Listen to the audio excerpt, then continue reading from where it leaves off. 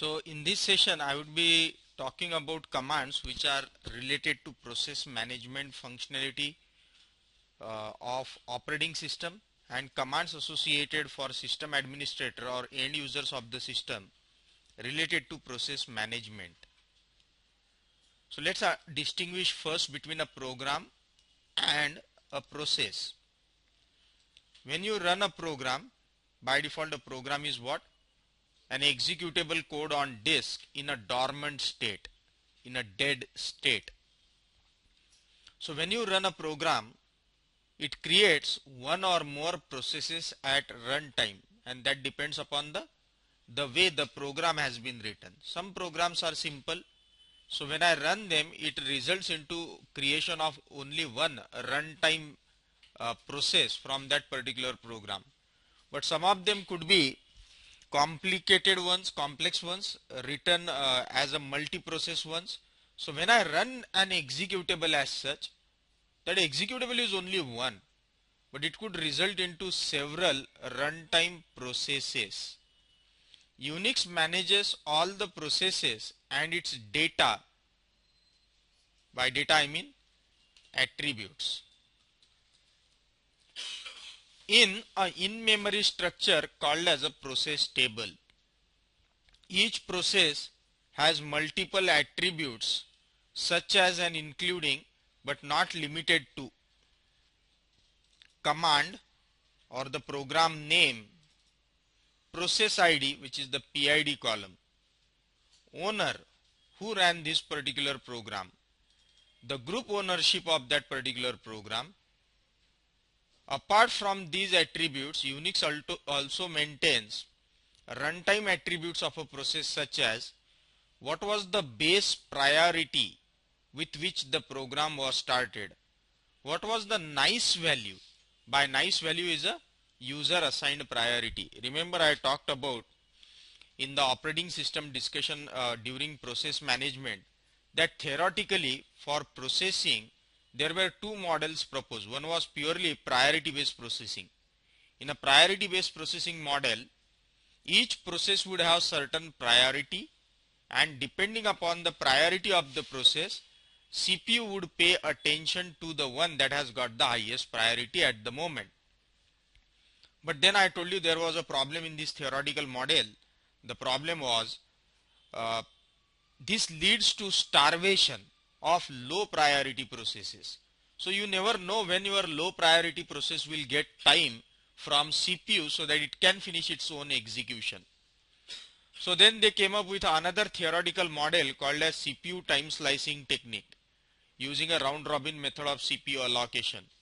In this case, 1 second of CPU time is divided amongst all the running processes. So if I say that at a particular point in time there are 100 processes running on my system, each process that wants CPU's attention, CPU would spend 1/100th of its energy, 1/100th of a second worth of its energy to that particular process, and then it moves on to the next one, in a round robin manner until all of them have been attended in a given second, and then it switches back to the first one again. So this theoretical model is called as CPU time slicing technique with round robin CPU allocation method. So when we talk about this as a base model, each process would start with some base priority. So all the processes running on your system would have some base priority. Now if you think otherwise, you think that no, this process is somewhat important to me, you can then change the nice value associated with that process. So understand the difference between a base priority and the nice value. Base priority for all the programs where the programmer hasn't mentioned anything particularly related to priority in his program. For all such programs the base priority would be same. But then amongst all the processes which have got the same base priority, which one would be attended first? That depends upon the nice value of the process. Nice value is user assigned priority, whereas the base priority is assigned by If not by the programmer in the program, then it will be assigned by the operating system. So consider a case that I have written a program where I didn't categorically mention in my program what should be the priority of the program. I didn't mention. It's a simple program written in C. Then in that case, when my program runs, it would be assigned some base priority by my operating system. Now there would be several such programs which would have some base priority assigned by the operating system. From those programs set, who would get a higher priority? That then depends upon the nice value. That nice value can be altered by privileged users. So I, as a privileged user root, I can always alter the priority or the nice value of that process, if not the base priority. Consider another example. There was another person who wrote a similar C program, but in his code he said, when my program runs, run it with a real-time priority, RT. So when his program runs, then from the base priority itself, his program would run with a higher priority because he has made the provision in the code itself. So number one, the program has to make some changes to the priority, and accordingly it will be started. If not, then operating system will run it with some base priority. Apart from the base priority, which is either the programmer decided one or the system decided one, a system administrator can influence the nice value of a program.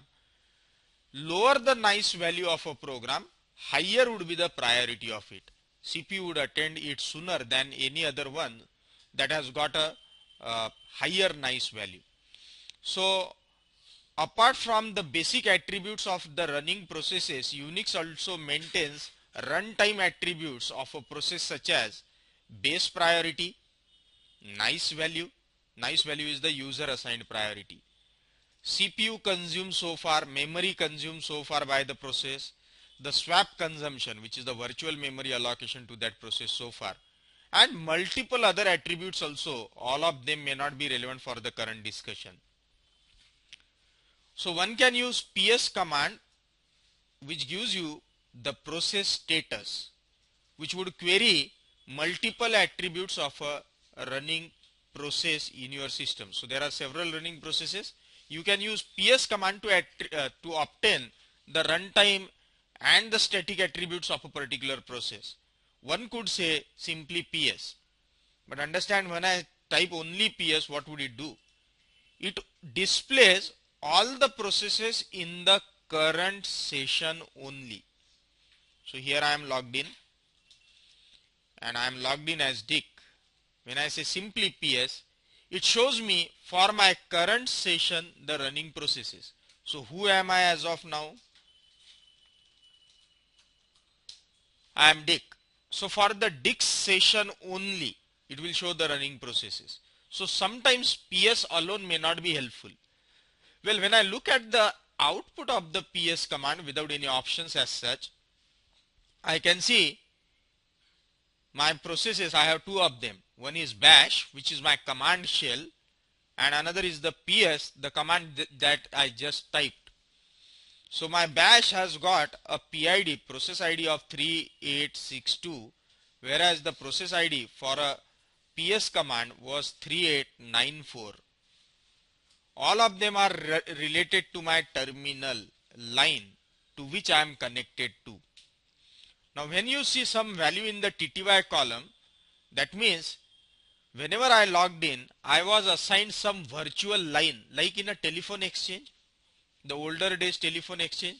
So when you ring someone, then the telephone operator used to connect you to that particular line.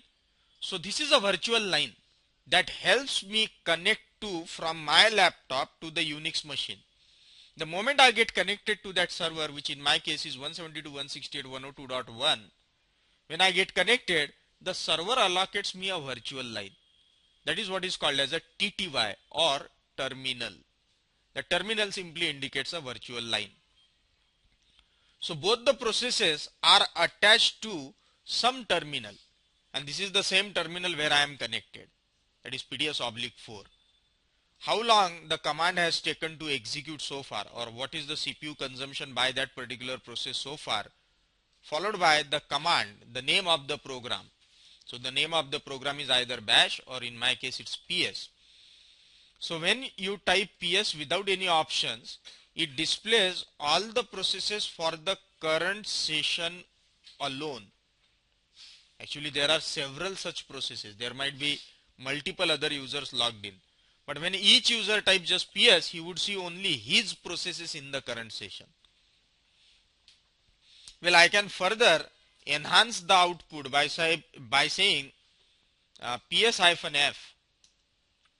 Now you see, it is still showing me the processes of my current session, but somewhat with more number of attributes. So here it additionally displays who is the owner of those processes. PID was anyways there.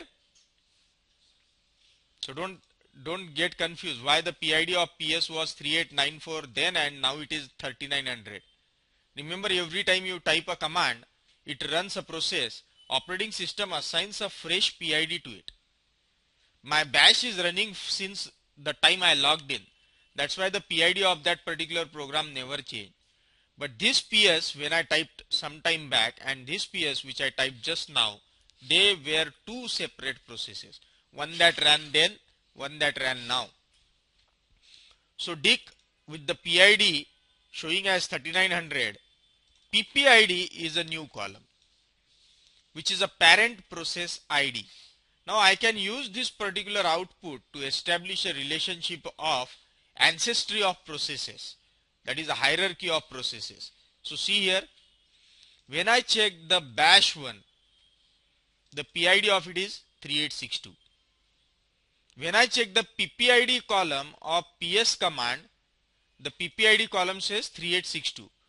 That means PS command, for the PS command, the parent process is bash. So this way of running one process from the other is called as spawning a process. Means bash has run a program called as PS.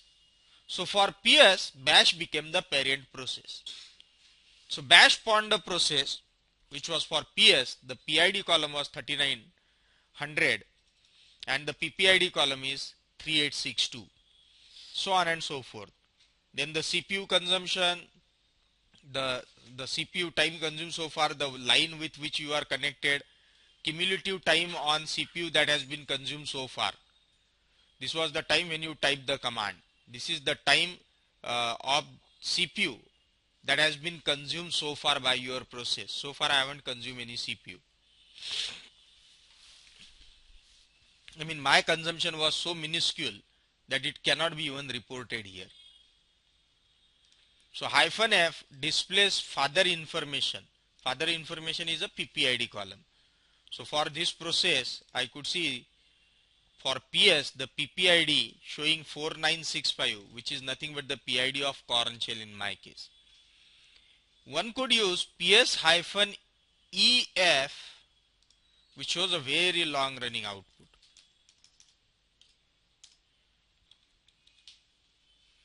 See here, PS-E followed by F. Because of F, there is PPID and UID column. And then I have all other attributes, the one that I saw earlier. Understand what that -E option displays. -E option displays all running processes including user processes and daemons. Very interesting. So when I look at the PS-EF output, in general, there are two types of processes called as user processes and daemons. So understand what is a user process.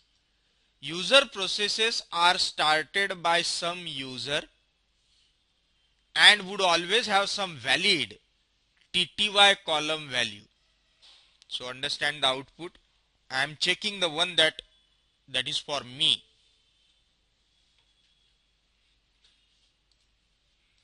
So see it here. I want to see the one that is for me, which is for user dick. See this one. This is the process for user dick. You see there is a valid TTY column value. So understand this. User processes are started by some user and would always have some valid TTY column value.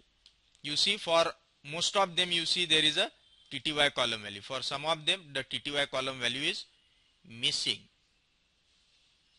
Clear? Now where the value of a TTY column is a valid value, it means it's a user process. Because user processes are normally attached to a terminal, a virtual line. Whereas there are other processes called as daemons. These are the processes which are automatically started by Unix and are not attached to any terminal as such. So when I see init, migration, ksoft irqd, events, khelper, kthread, kblockd, kcpid, cq, khubd, kseriod and multiple others, none of them are attached to a terminal type. That means they are daemons. In Windows we call daemons as services. So when I go to my taskbar and say start task manager, you go to the services tab. This is what is the daemons in case of Unix. So the daemons would not have a terminal attached with them. So -e option of the ps command displays all the running processes including user processes, the ones that are attached to a terminal, and daemons, which are nothing but services which are not attached to a terminal. They keep on running in the background. They are started by Unix on its own, like services in case of Windows. One could have used instead of -e-a, which only displays user processes excluding daemons. So this time it will not display.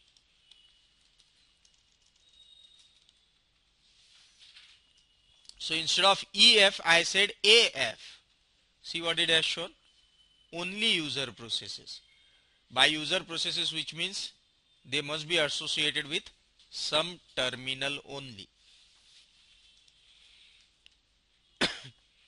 One could use -u option which displays the running processes for a specific user. So I could have said ps-u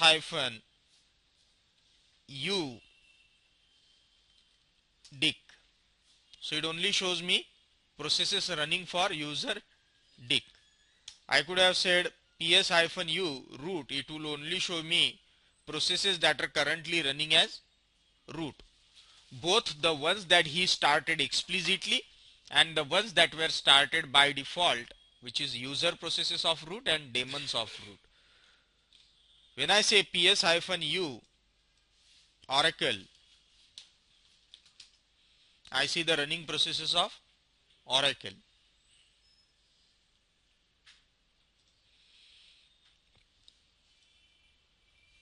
You could have also used the UID and PPID column dumped into it by including the attribute -f. -f includes those attributes UID and the PPID. If I say this for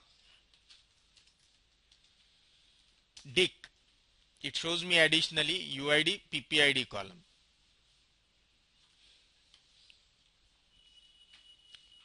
All processes currently running in the system has a strict process hierarchy. So I told you how the processes are spawned. Initially when you bootstrap your system, when you boot your system for the first time, and once the kernel is loaded into the memory, the first process to start in case of Unix is init. Init is the initialization process that initializes your system.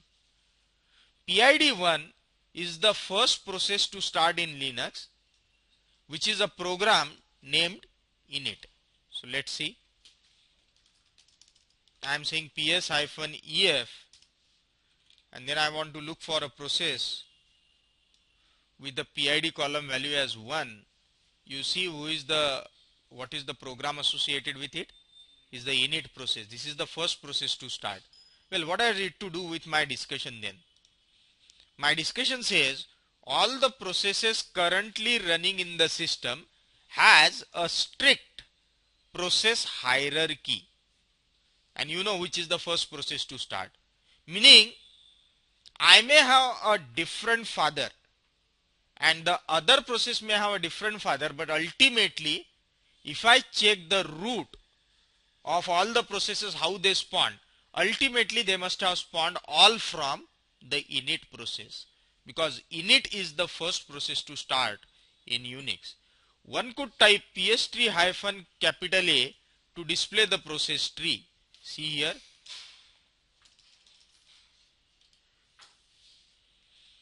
So I am printing the process tree. You see, for all the processes, which is the one that is most left indented? The init process. So init spawned xvnc, acpid, anachron, atd, auditd, auto mount, whatever. It also spawned sshd. SSHD spawn SSHD because there are multiple users, out of which one of the process would be mine. See it here. This SSHD daemon spawned this SSHD. That was bash because I logged in as root. Then I used su command. Then I was dick. Dick has its own command prompt, bash. And on that bash prompt I then typed ps-tree. So ultimately if I change my process tree, ps-tree has a parent called as bash. Bash has a parent called as su. Su has a parent called as bash. Bash has a parent called as sshd. SSHD has a parent called as init. So all the processes in Unix would follow a strict process hierarchy. And pretty much the same exists in case of Windows as well. When I open the task manager, go to processes, and then you see processes here in Windows as well are also identified with a PID. They would also have a process hierarchy, but Windows, it does not works on the basis of processes, it works on the basis of threads. So it never creates several processes, it simply creates threads of a process. So that's why it's multi-threaded, whereas Unix is multi-processing operating system because it creates spawns several processes. A thread is not visible through task manager. A thread has to be seen using some other tool. When a user runs a program, the process for that program are assigned some base priority. This base priority cannot be changed via commands. Well, there is no command which allows me to change the base priority. So if you think you are a programmer, if you think your program should run better than anybody else's program, CPU should be always on the standby. Whenever you say I need CPU, it should attend you. Then in the program code itself you need to make the arrangement to alter the base priority. If not, if you are run some generic instructions, then as an administrator I cannot directly change the base priority.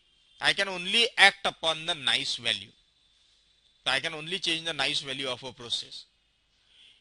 While changing the nice value, system might change the base priority.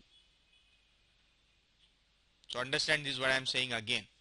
I as a programmer have to write necessary instructions to change the base priority. If I don't do that in my program itself, who would assign my program a base priority once I start running it? The operating system. Operating system will assign some base priority because my program code does not have necessary instructions to set the base priority. Now, I as an administrator of the system, I can only go and change the nice value. This may or may not change the base priority. Nice value change करने से base priority change होगा ऐसा कोई mandatory नहीं. It all depends on the dynamics then. On a multitasking system, the priority decides how CPU attends each running process. So why we are giving assigning priority, base priority, or why even we are talking about altering the nice value of a process?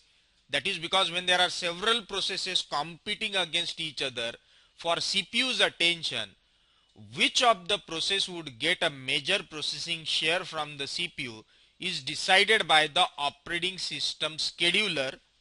That scheduler program how it assigns a CPU to the process by looking at the base priority and by looking at the nice value of a process.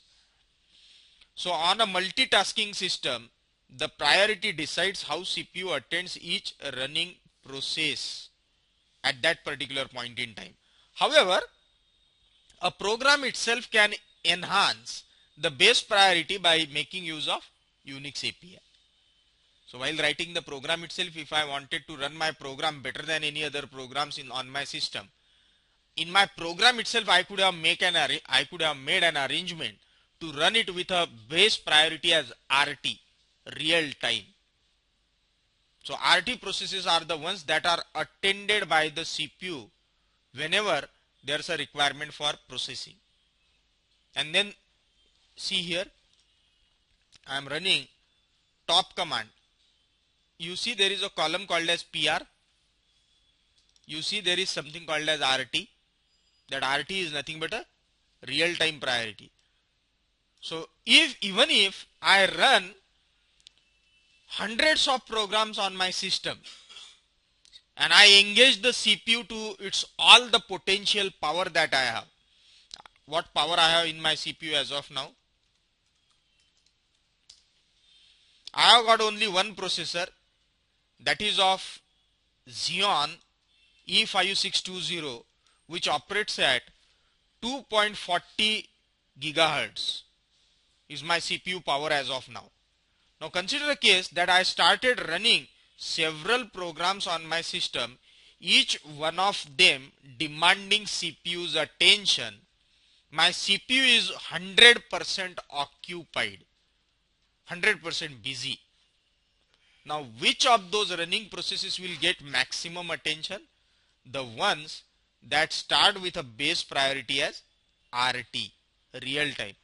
Now I as a user of the system, administrator of the system, never altered the migration programs base priority to RT. Then who did this? The programmer himself. The programmer himself, while writing the code for that particular program, has marked that program with the base priority as RT, making use of Unix API.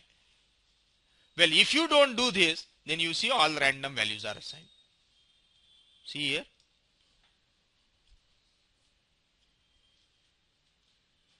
So these are the ones that are assigned by the system. When I look at the top process and if I filter the output on the basis of user and the user is Oracle, see here the base priority is all different. So when it comes for a competition for the CPU, who would get CPU's attention, Oracle or that real-time process? The real-time process. Because the programmer hasn't made any significant changes into the priority of the Oracle processes here. So you as a programmer, if you think your CPU's attention is or you want a critical CPU attention, then directly while writing the program itself you should write it with a real-time priority. Well, at the end, what if my programmer hasn't written it with a real-time priority? Then what should I do? Then see it here. I am the system administrator. I said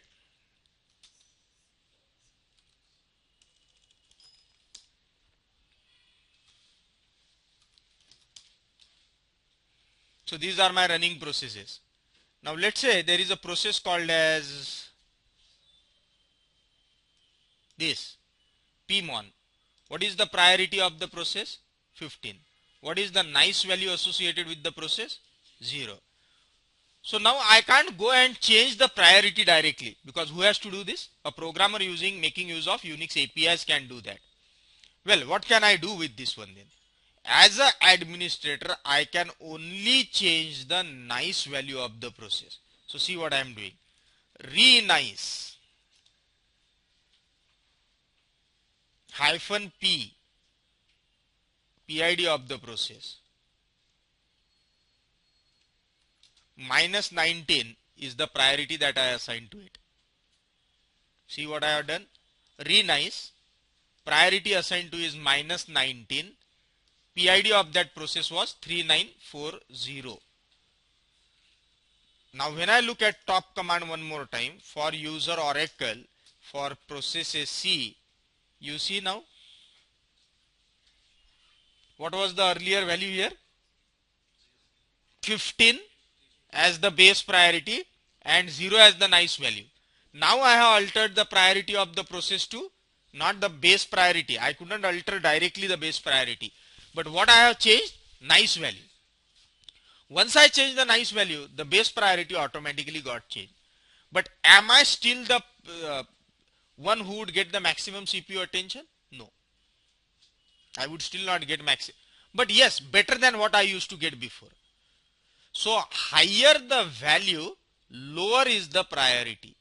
Lower the value, higher is the priority. Now consider this process. What is the priority value of this process? So if it is a competition between PMON and VKTM, who would win the race? VKTM would win the race because its priority value is minus 2, whereas mine is 0. Now consider a case that this is the one and this is the one. Which one will get higher priority precedence? The one which has got this one, because the base priority is 15 followed by a nice value as 0, whereas this one was 18 followed by 0. But among minus 2 and real time, which one would get a higher priority? Real time would get a higher priority. Obviously this question only comes when you have less CPU than your computing requirement at that moment. If you have excess CPU available, then there is no question of base priority or the nice value. If I consume out of 2.4 gigahertz, with all the running processes, my processing requirement is of only 1 gigahertz, then is there a question of priority and base value then?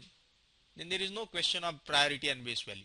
But if my entire 2.4 gigahertz of CPU is consumed, then obviously then is the struggle. And then depending upon the priority, the process would compete against each other, and depending upon whether it's a RT process, it would be scheduled first before any other process. Then comes process with the negative base priority. Negative base priority. Then comes processes with 0 priority. Then comes processes with a positive number as the priority. Then comes the processes with a positive number but lesser nice value. So amongst, if I consider a case, one process 1 is with the priority RT. Second one is with the base priority as minus 1. Third one is the base priority of 10. Fourth one is a base priority of 10. Nice value as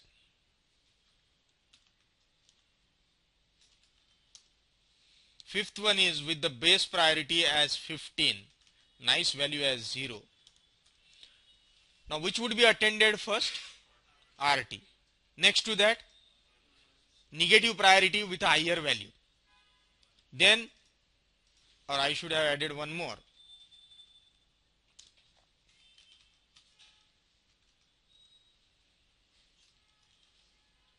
Then the process with the value as 0. Then with a positive base priority. But if you have two base priorities as 10, then which of the two would be attended? The one that has a negative nice value. The one that has got a negative nice value. So among these 3 and 4 process ID, This one will be attended first. This one would be attended later. And at the end, this one would be attended. Clear?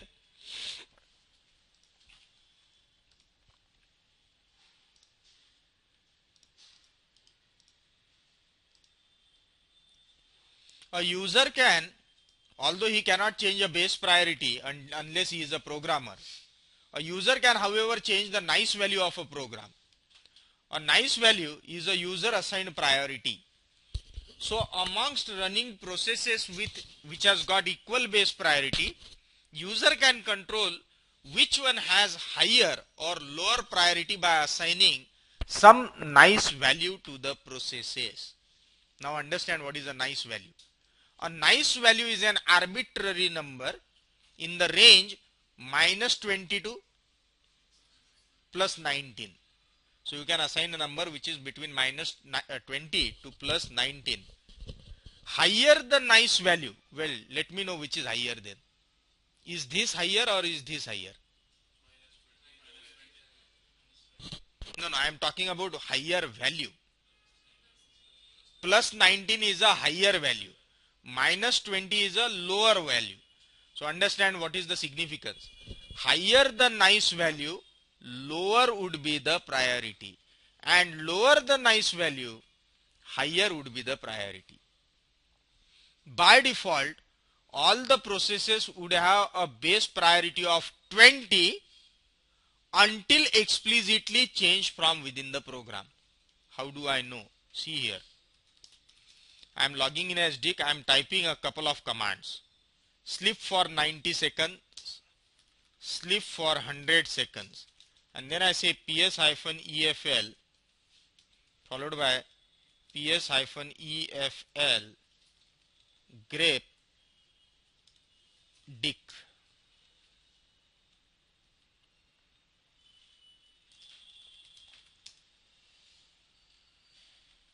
So understand how many commands I am running here. The commands with the value as command as sleep. See what is the base priority assigned to them? 77. And what is the nice value assigned to them? I know these commands are not going to do anything. Now who made the provision to assign a value of 77? The programmer. The programmer said these commands are of no use. They simply sleep on the CPU. So he assigned some base priority. No, I think otherwise. I want to assign it with a higher priority. Then I can say renice hyphen 19. I want to assign one of the highest values. Hyphen P to this particular process. This one. But it says you can't do it. Because I am a general user. Who can do this obviously? Then I try to run it as root. Then I check one more time the output. You see there's a visible difference now. See what is the nice value? Earlier it was 77 base priority, nice value as 0. Now it is base priority as 60 and nice value as hyphen 19 or minus 19 for that matter. By default, all the processes would have a base priority of 20 until explicitly changed from within the program. So for some program, if you don't see the base priority as 20, that means the programmer must have influenced the scheduler saying I don't want to start with a base priority.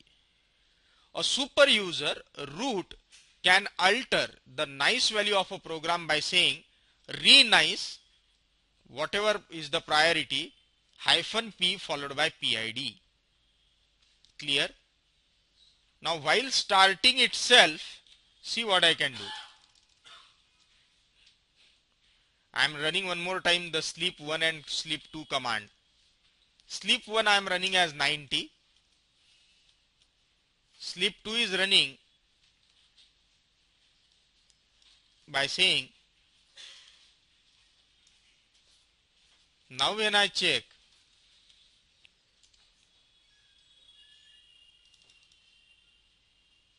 see with what value I started it? Minus 20. Now understand the difference between renice and nice. Both are used to change what? Nice value. Now when to use renice and when to use nice? if you are about to start a program now and right from the beginning you want to change the priority, run it with a nice command. If you have already started a program, it's running, now you want to change the priority, then use the re-nice command. So directly at the starting point, if you want to change the priority, run it with nice. If it is already started, it's running, now you want to go and alter the priority, then use the re-nice command. Who can change the priority, by the way? Root. Otherwise each user would have thought his work is more important than others, creating a war of priorities on my system. But anyways, I said you can't still do RT. The real-time processes has to be invoked from within the program using Unix APIs only. So very important topic of understanding priorities. At some point in time, you may feel the need to elevate the priority of a process because it is starving on a CPU, because CPU is not giving special attention to that process. Now, another important part is sending a signal to a process, which is also an important task. Sometimes some processes, they don't respond. Such processes are called as runaway processes. So I wanted to stop a running program. Why? Because it's consuming too much of the CPU, too much of the memory. It's not doing anything significant. I want to terminate that program. This is how you terminate it in Windows. You say task manager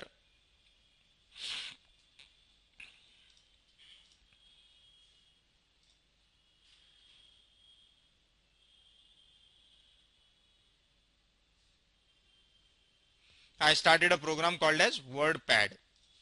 Now let's say WordPad, here it is running. I can see WordPad is consuming CPU, 3 to 9% of my CPU, some memory. I don't want this process. I can always say end process. So what you have done effectively to that process? You have killed a process. Kill is actually a signal. So basically what we are doing, we are sending some signal to a process. The signal that I sent to that process was kill.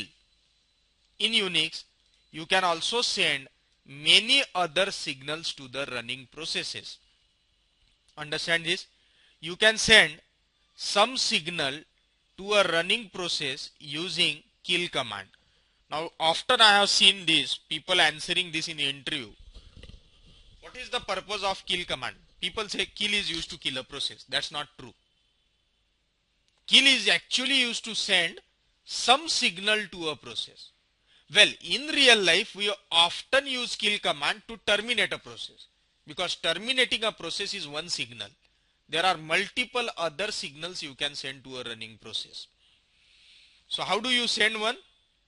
Kill followed by signal code, the signal that you want to send, followed by the PID to which you want to send it. PID or PID list. You can send it to multiple processes.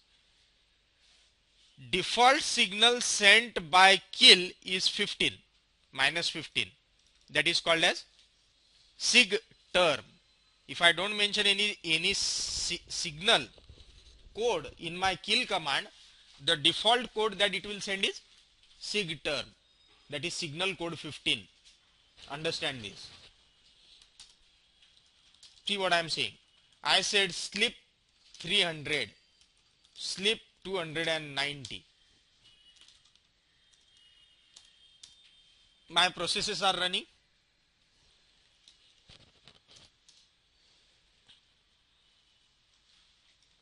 These two. When I say kill, I don't send anything. And I said this. See what it says? Terminated. So which signal it sent? Sig term. Did I mention any signal code in my kill command? That's what I said. It is optional. The default signal sent is by kill command is minus 15, which stands for sig term. That means terminate a running process. That's why when I see it says terminated. Now I can say kill minus 9. See what message it shows. So which signal I sent now? Minus 9. That sig kill is the signal associated with this one. There are multiple other signals. See here. By default, the kill command will send minus 15 sig term signal to a process. But not all processes would honor sig term. Some processes will say, I don't care. Sleep was a more obedient process. I said kill yourself, terminate yourself, it terminated. But not all processes are obedient to such an extent. See what I mean by this.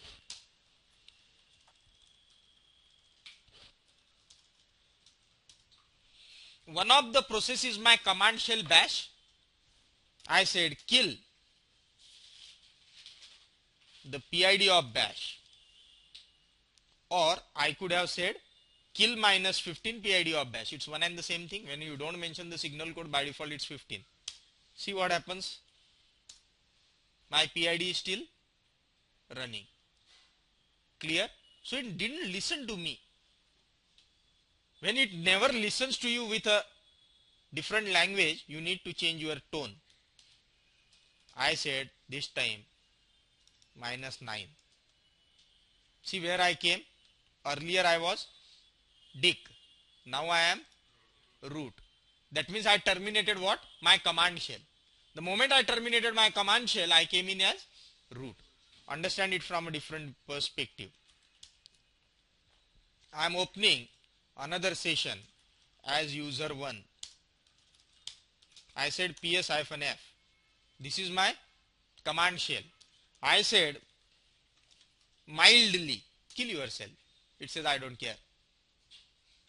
I said okay, if you don't care, then I have Brahmastra. See what happened? Well, so understand the difference. Default signal is minus 15 sig term, but not all processes would honor sig term. In such cases, you can issue -9 signal, which is sig kill.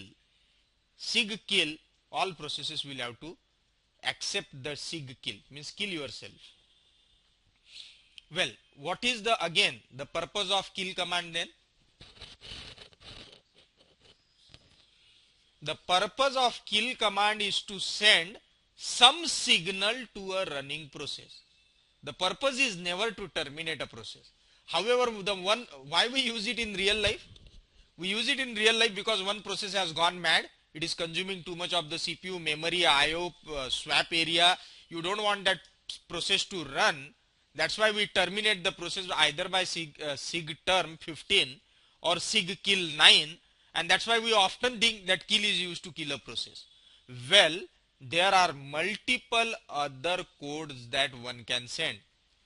If you are interested in seeing what are the other signals that I can send to a process, you can type info on signal.h.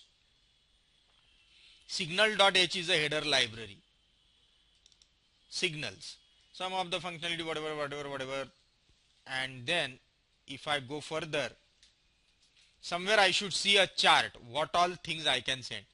Sig abort, sig alarm, sig bus, sig child, sig continue, sig fpe, sig hub, sig ill, sig init, sig kill, sig pipe, sig quit, sig segv, sig stop, sig term. So there are too many signals. Clear? So there are too many signals one can send to a process. But which we often send in real life? Sig term and sig kill. If a process never listens with 15, we then say 9. Well, we never tried, by the way. In real life, I don't know anybody who says, let me try with 15 first. Oh, it's not working? Then let me try it with 9. We directly try it with 9 because we know 9 is going to work all the time.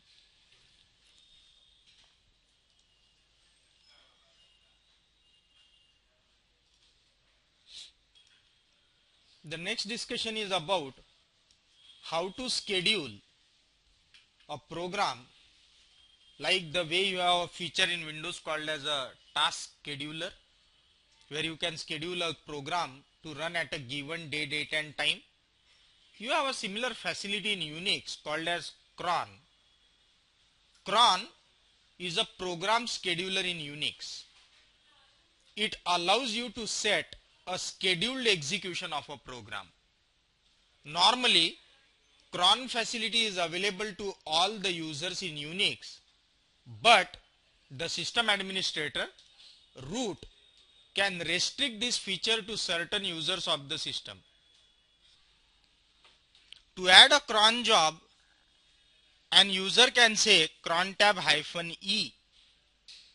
Cron tab -e would open a blank file in the VI editor.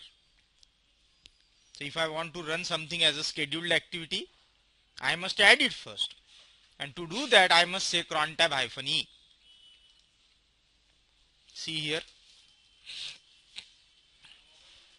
I said cron tab -l first to list my jobs. See what it says. So far there are no cron tab for Dick. Now I want to run a job at a particular day, date and time. Then I must say cron tab -e. It would open a blank file in the VI editor. See what is the name of my file so far. It opened with some random name under TMP. Now you need to put an entry in this style: minutes followed by hours followed by day of the month followed by month followed by day of the week followed by the command or script that you want to run. Understand the meaning of each of these fields. The first one is minutes. So valid values for that first field are 0 to 59. Hours, the valid values for this field are 1 to 24. Day of the month, the valid values are 1 to 31. Month, the valid values are 1 to 12. Day of the week, the valid values are 0 to 6. These are the valid permissible values. Well, what to do? So I said at 10 minutes past 10 on whatever is the day of the month, on whatever is the month, on whatever is the day of the week, run this particular program. Clear? With these many arguments. Let's not worry about the arguments part as of now. So I said at 10 past 10 means at morning 10 a.m. my program will run irrespective of the day of the month, irrespective of the month, irrespective of the day of the week. This is the name of the program that I am running. So understand this. What are the valid values accepted by a field is also very interesting.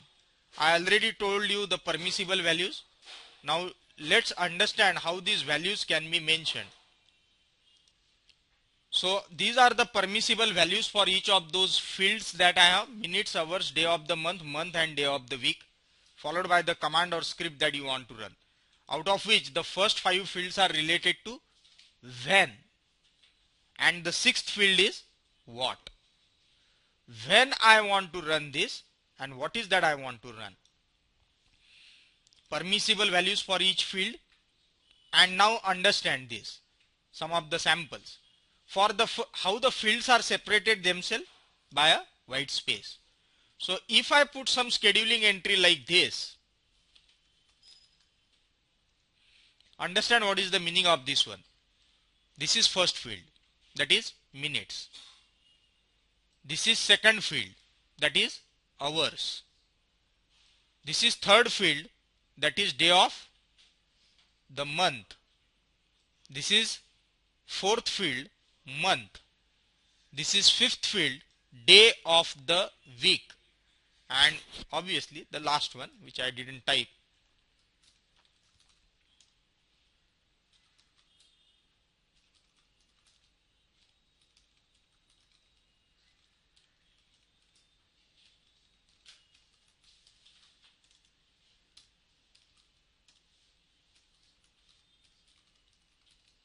Whatever program you want to run, you need to type the complete path of that program.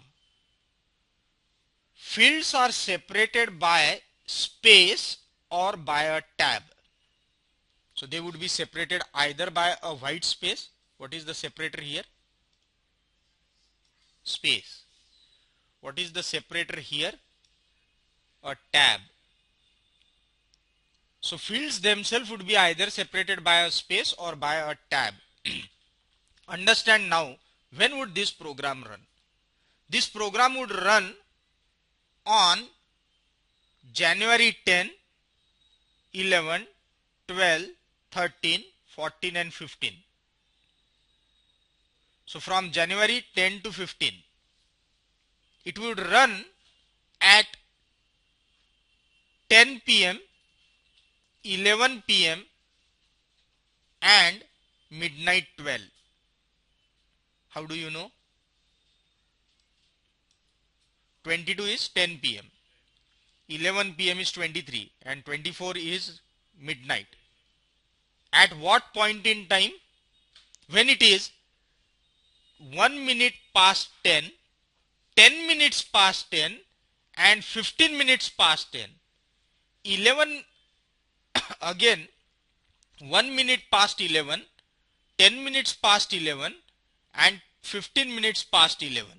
Again at 1 minute past midnight, 10 minutes past midnight and 15 minutes past midnight.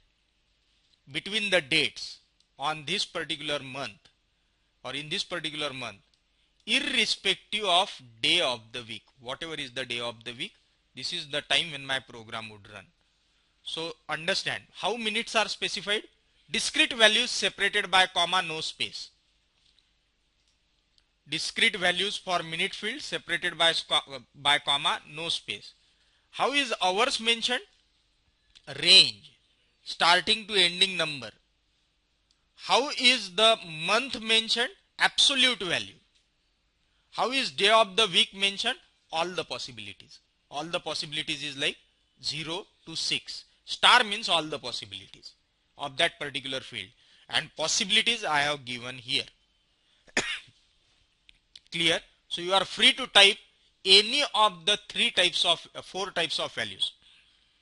Discrete values separated by comma, range, absolute value, or all the possible values of a field. Star means all the matches of that field, whatever are the possible values. Day of the week field, value 0 indicates Sunday, and value 6 indicates Saturday. So by 0 to 6 you mean 0 is Sunday, 1 is Monday, so on, and 6 is Saturday. 159 in the month field means January, May, September. These are numeric months. 3 to 7 in the month field would mean March, April, May, June and July. Once the job is saved, you can list it by saying cron tab -L. Well, we don't have a job. How do I prove whether it's running or not? So I am creating a simple shell script.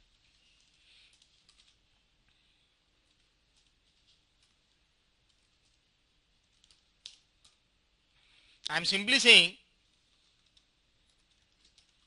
print the output of date and redirect it to a file by appending to the file mycronlog.txt. This is the only shell script I have.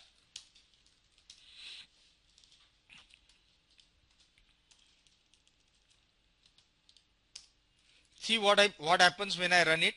The program has run. So it must have written something into the file. But I ran it manually. What if I want to schedule it? See how I am scheduling it. First I checked Are there any jobs that I have scheduled so far? No, my cron tab is empty. Now I am creating by saying cron tab hyphen e. I am saying star, star, star, star, star, meaning every minute of every hour of every day of the month of every month of irrespective of the day of the week. Run my program. What? Slash home slash dick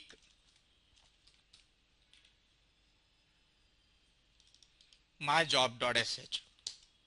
That's it, scheduled. I said cron tab hyphen L, it shows me all my job. Now I am watching my file with a tel hyphen F. This was my first manual run. Let's also observe what is the date now. See here, it added one line into my file. Every minute my job will run now. So wait for another minute or so. You should see another line added to this file, which means my job is running. What is my job doing? As of now, nothing. Pure education. It's simply writing one line into a file which indicates that yes, my job is indeed running. So again it would run at 9:45:01,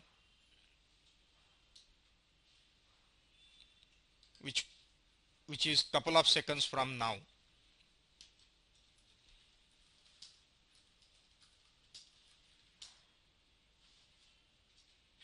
In another 8 seconds, 7 seconds it would run now. Focus on the window. This was my last line. See here, a new line got added to the file because I am not overwriting the file. I am instead appending to my existing file, which means my job is running perfectly fine. Well, once I am done, I am done with my job. Now you can again say cron tab hyphen e and delete the job like the way you delete a line from VI editor. You can also put a comment saying this was only for education, whatever. So you are free to write your own comments in the cron tab file. Again, if I say tel hyphen f at 9:46:01, it would again add one line, which means my job is still active. If I want to delete it, again say cron tab hyphen e and delete it. Clear? Now if I want to delete out of many jobs, I can use this method. I had many jobs this way.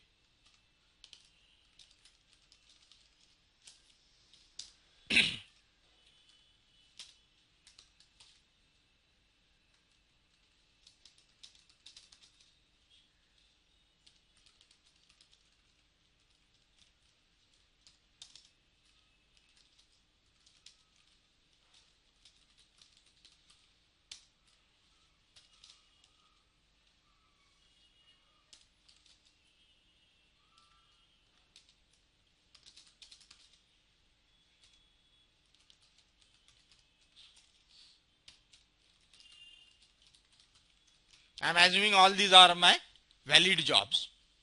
So your file can have any number of schedules that you define. Each job would run at its own designated day, date and time.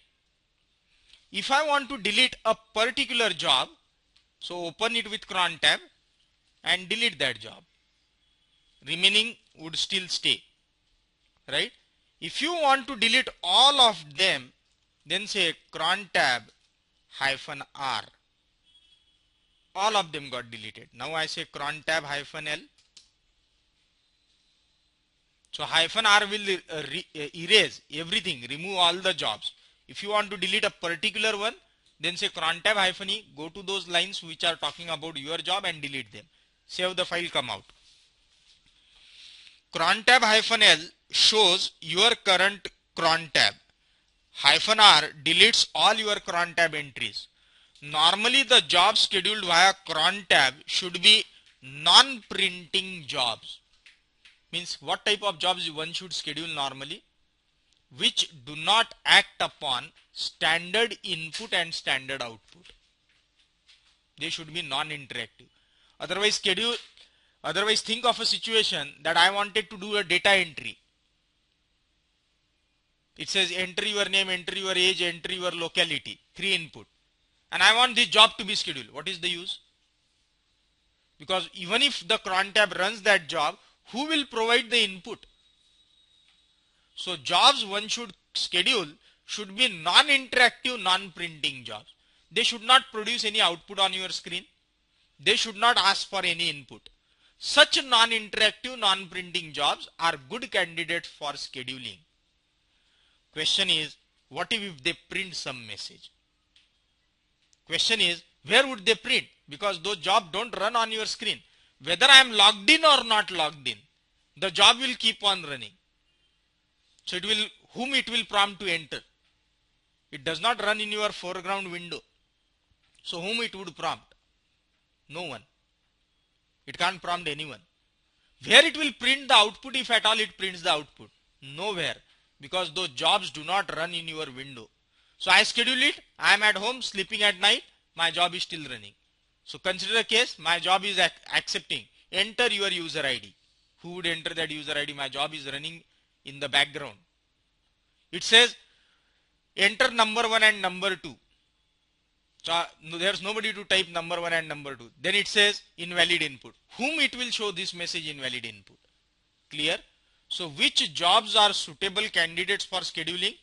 Non-printing and non-interactive. People say, what if they still print something? Well, my job is non-interactive. It does not accept anything from the user. But it still prints something on the screen. What to do? Well, not to worry. If the scheduled job prints something on standard output device, which is by default a screen, the output would be mailed to you. What will happen? The output of that job will be emailed to you. See how.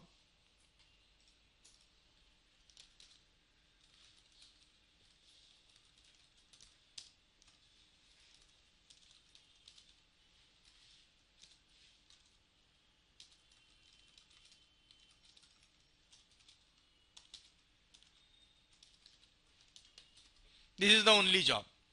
It only prints a message. I want to schedule this. So I said cron tab -e.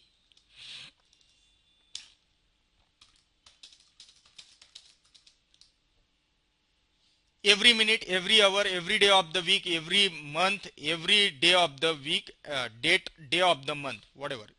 All 5 fields. Followed by the complete path. Clear? Dick has scheduled it and Dick has logged out. He has scheduled it and he has logged out. So my job would run now every minute. But whom it will print that message? It produces something on the standard output. I said echo. So let's see when my job executes next time.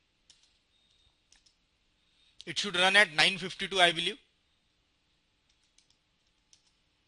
So in another couple of seconds, it should run.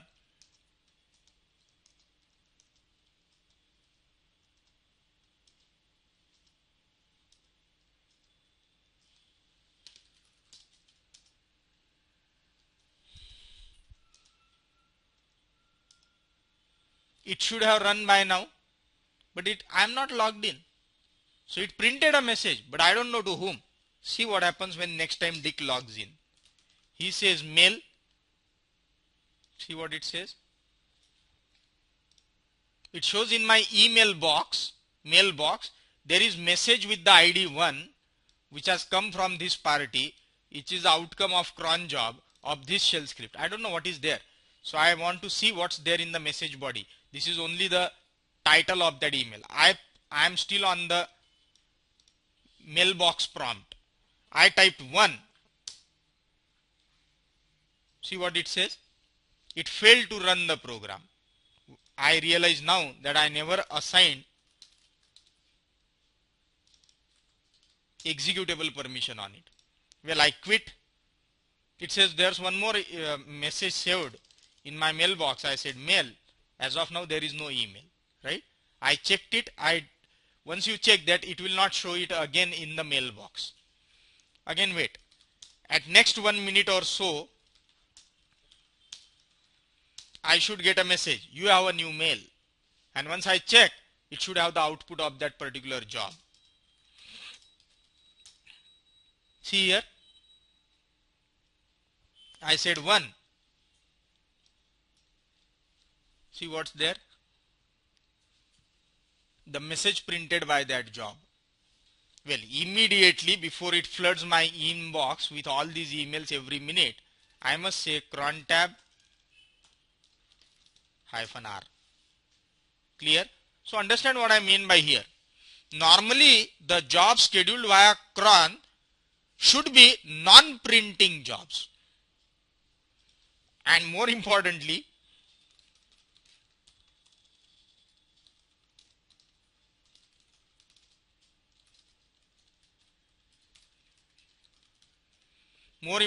they should be non-interactive. They should not prompt anything from the user. Say type the part, type the name, type the age, it should not ask you to type anything.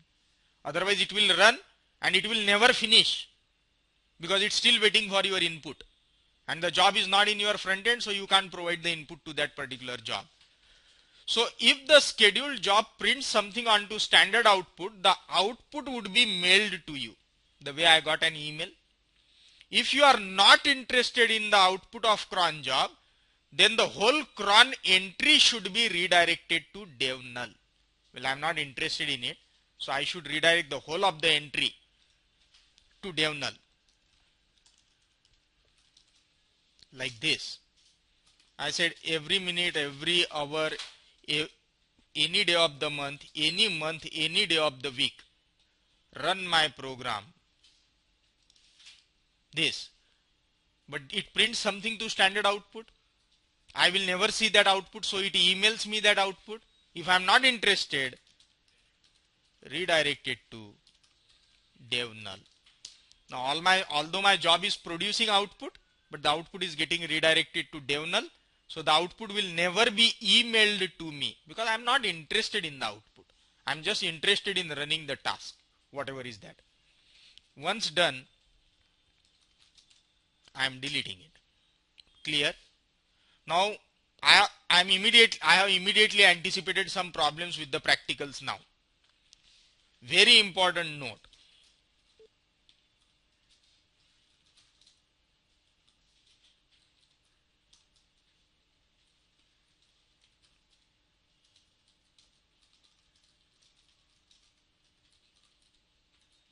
If you want to schedule something, immediately after practical and all the due observations have been done, delete it. Normally I have seen people, they write printing jobs. That's something that prints on the standard output. They don't redirect it to dev null because they want to see mail kaisa aata hai and whatever. And then you sign off for the day. Remember, my job is running 3600 times, 60 times in an hour. And 1440 times in one day. My inbox will be full for that user only by cron job messages. So immediately after your practical, you should delete your cron jobs. Very important. Otherwise, at one fine day, your system inbox is so huge that there is no more space left on the disk to store the incoming email messages. So immediately after the practical, delete those cron jobs. Well, that's it for this session.